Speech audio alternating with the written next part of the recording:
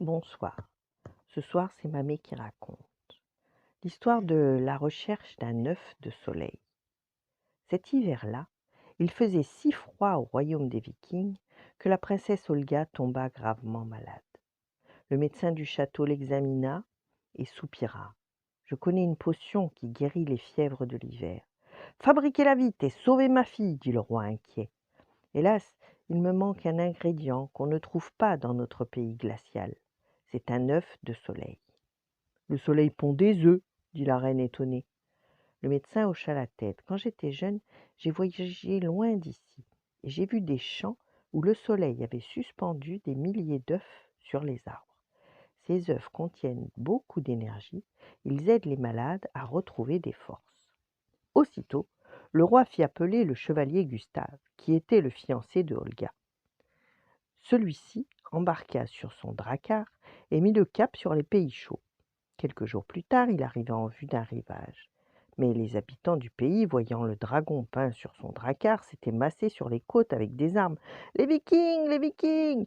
Ils viennent piller notre pays! Jetons-les à la mer !» Pauvre Gustave, une volée de flèches atterrit à ses pieds. Vite, il enleva sa chemise et l'agita en guise de drapeau blanc. « Je viens juste chercher un œuf de soleil pour guérir ma fiancée !» cria-t-il. Alors les habitants le laissèrent débarquer, très étonnés. « Nous n'avons jamais vu d'œuf de soleil. Il faut que tu ailles plus au sud. » Le chef du village, qui avait bon cœur, donna à Gustave son cheval le plus rapide. « Bon courage, ami viking. Puisses-tu être assez leste pour sauver ta princesse. » Gustave le remercia chaleureusement et partit à bride abattue. Mais en traversant une forêt, il fut arrêté par une troupe de brigands. Furieux de perdre du temps, Gustave se fâcha. « Laissez-moi passer, je suis à la recherche d'un œuf de soleil. »« Oh oh !» ricana le chef des brigands. « Je vois ce que c'est. » Sortant de sa poche une pièce d'or, ronde et brillante, il la fit miroiter au soleil. « C'est sûrement ça que tu cherches. Je t'en donnerai 3 si tu nous aides à attaquer le carrosse qui va passer par ici, avec une jeune reine et son bébé. » À ces mots, le sang de Gustave ne fit qu'un tour. Dégainant son épée, il battit courageusement tous les malfaiteurs. Lorsque le carrosse arriva, la jeune reine trouva sur sa route 20 brigands ligotés qui la regardaient d'un œil noir. « Comment vous remercier ?» dit la reine à Gustave, « en m'aidant à trouver un champ où le soleil a pondu ses œufs dans les arbres. » La reine réfléchit et sourit mystérieusement. « Je me rends dans mon pays natal et je crois comprendre ce que vous cherchez. Suivez mon équipage. » Quelques heures plus tard, la jeune femme cria par la portière de son carrosse. « Chevalier Gustave, au prochain virage, ouvrez grand vos yeux, nous arrivons chez le roi mon père. » Gustave obéit et devant lui surgit un château.